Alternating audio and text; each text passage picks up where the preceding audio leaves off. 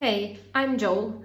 I'm not sure if kids love muffins more than I do, or is it just me that loves muffins? Well, never mind. The important thing is, as long as muffins are on the table, everybody's happy. But you can't use the same recipe of muffins over and over again, right? You need to come up with new recipes.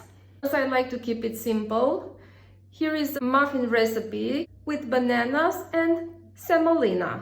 For this you need 3 eggs, 2 bananas and 5 spoons of semolina. You mix all the ingredients, then you put them in the muffin maker.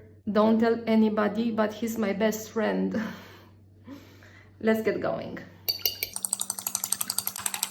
I'll add the bananas and I'll smash them. Now I'll add the semolina and keep mixing everything. Now I'll put the composition in the muffin machine.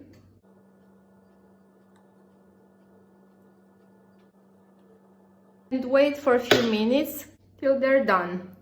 If you don't have a muffin machine, you put them in the oven for 35 minutes at 180 degrees. First round is ready. Now let's put the second round.